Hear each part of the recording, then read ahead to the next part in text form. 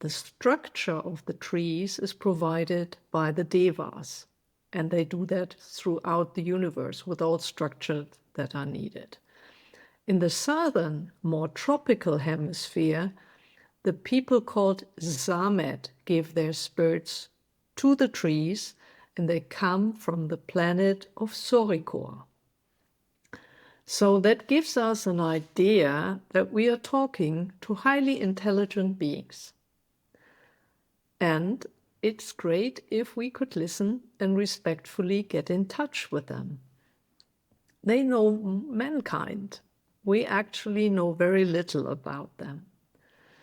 But we do know that they are moved by spirits.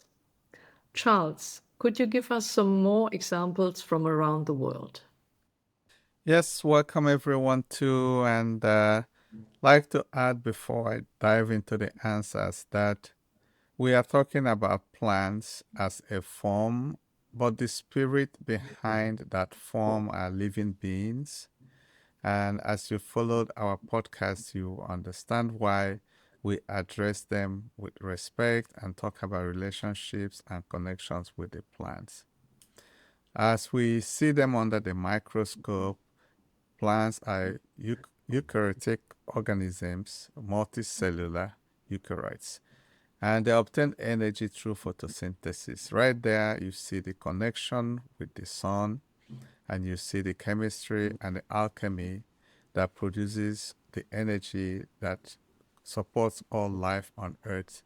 This is very important, using the sunlight to produce the food and cleaning the air for us and also purifying the water. This kingdom has a lot of species, much more than even the animal kingdom, and they thrive in all locations. Without the plants providing us with oxygen, this place will be not as habitable and as comfortable as it is, moderating our atmospheres and removing excess water from the land. So, Martina, can you talk more about the spiritual aspect of the plant kingdom? Yeah.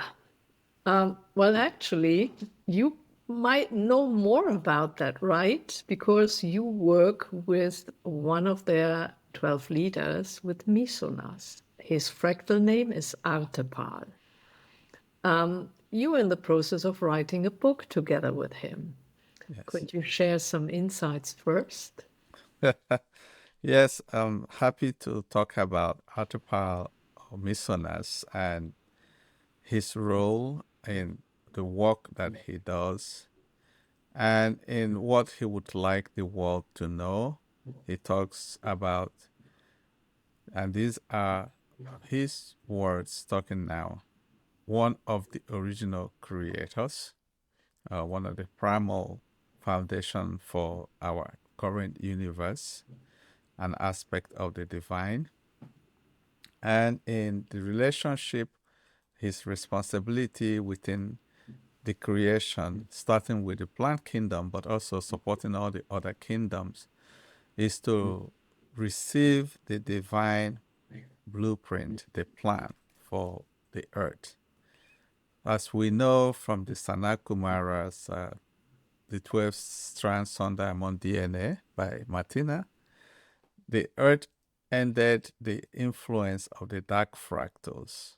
And now the kingdoms are beginning to return to their proper energies, which means as more fractals have been added to the limbs of the Creator, now the earth is fully functioning back again as it was intended.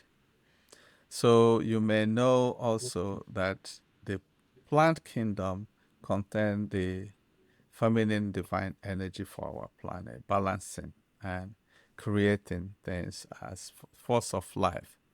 So Misona's role is to receive and distribute these functions at the most primal level, at the creator level, in forms of the energy and the power that runs the elements itself.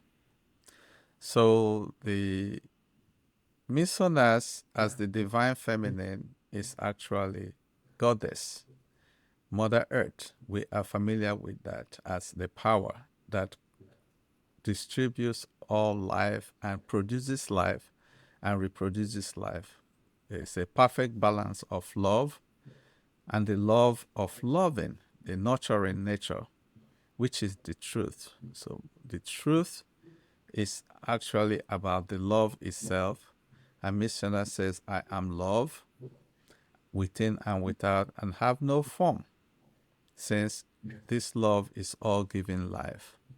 So MISONAS would want everyone to know that whenever you touch creation in any form or level, that you are interacting with the energy of this kingdom. So Martina, please, can you discuss some specifics of the plant kingdom that the people need to know? Yeah. Let us do a small exercise. Just close your eyes for a moment and imagine this planet without plants. Yeah. Probably you either can't imagine this, can't see it, because it's completely out of character of this planet. Yeah. So the plants with the minerals came first. Without them, we wouldn't be able to be here to breathe. If we look more specifically, I would say there are basically 4 points that are vital: the spiritual significance, the symbolism, the healing function, and the connecting point that they have. When we start with spiritual significance, many cultures consider plants as sacred. They believe that a plant houses spirits and are able to communicate with the divine. And we are not talking indigenous people here. If you would turn to the Shintoism belief in Japan today, that's how they treat plants. If we look at symbolic meanings, look at the lotus flower. It stands for spiritual growth, for enlightenment. And many of us have a lotus flower in our heart space connecting us. Also go into the trees. What is the symbolic meaning of an oak tree in your culture? What is the symbolic meaning of a palm tree in your culture? Take a moment to research that. When it comes to healing, this is more obvious. Plants have been used for healing and spiritual awakening since time immemorial. Prescriptive drugs are a very new invention on this planet. So they play a role in what we consider today traditional medicine and shamanic practices. And then there is the connecting function. They are an integral part of our natural world. They connect us to the life of this planet. If they are gone, we don't stand a chance to be here. Charles, please give some more insights on the spiritual practices with plants from your experience.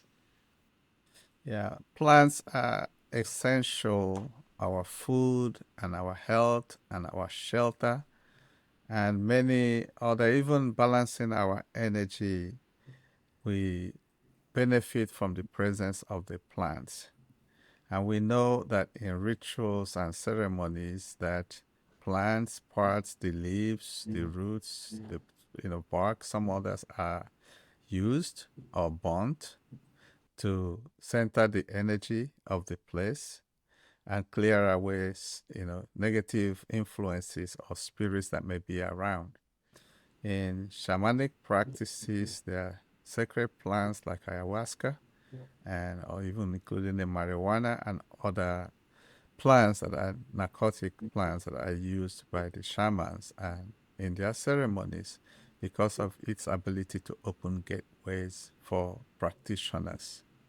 In meditation and contemplation, people may burn the sage grass, or people may burn other aromatic plants for setting the mood for the work of the shaman that they want to do. But especially in traditional medicine, like you said earlier, before the pharmacists came and made medical pills, every disease could be cured by the roots, by the leaves, by the barks of, or even combining different plants.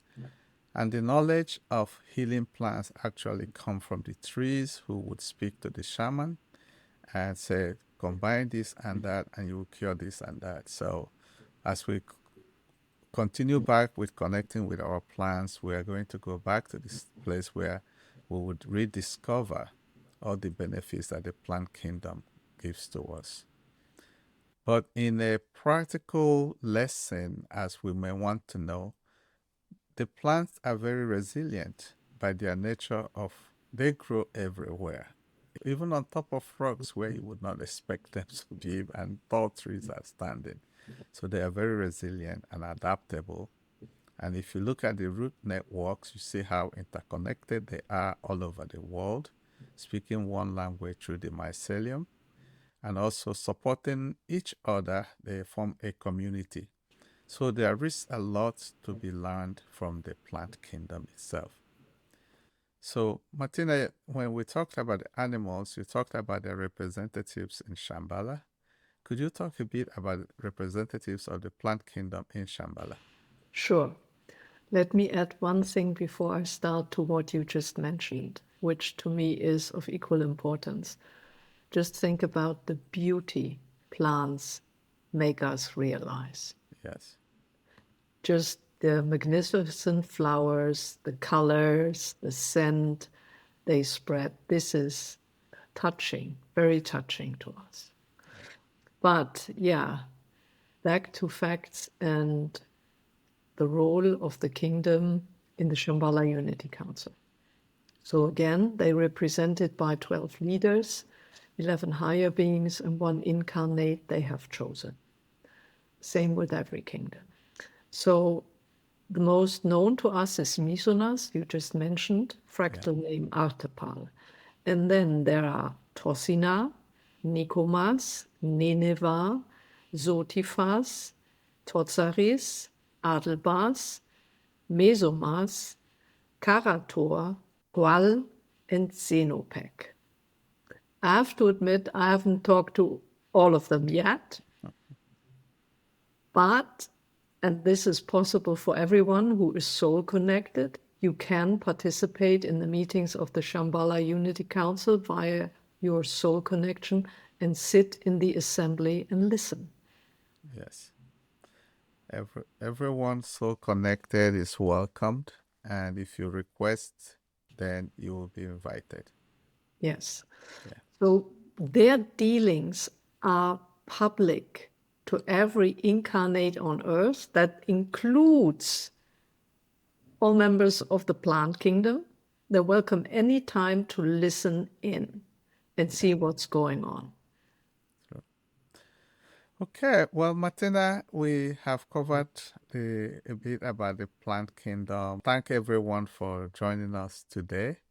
Our next episode will be on the mineral kingdom.